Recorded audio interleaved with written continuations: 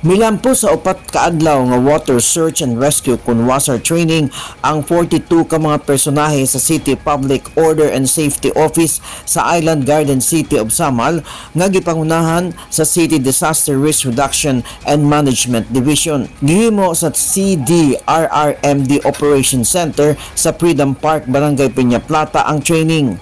Kabahin kini sa padayon nga pasalig sa lokal nga gobyerno aron mapalambo ang disaster preparedness kung kaandam panahon sa kalamidad, emerhensya o pagsiguro sa kaluwasan o kalig-on sa Samal Island. 42 ka mga personahe, 26 niini mga lalaki ug 6 ang mga babae ang mipailawom sa training. Apil sa gitudo sa training ang actual nga pag-rescue o pasyente nga naa sa dagat nga gisakay sa backboard aron ipasakay sa rubber boat.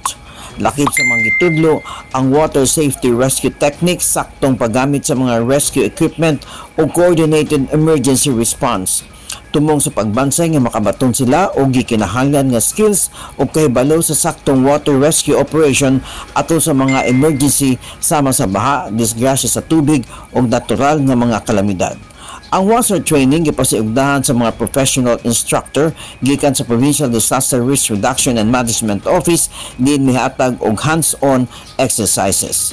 Gipanghatagan sab og certificate ang mga miapil sa training nga timailhan nga nakalampo sila sa training og certified nga adunay katungod nga mulambigit sa mga rescue operations.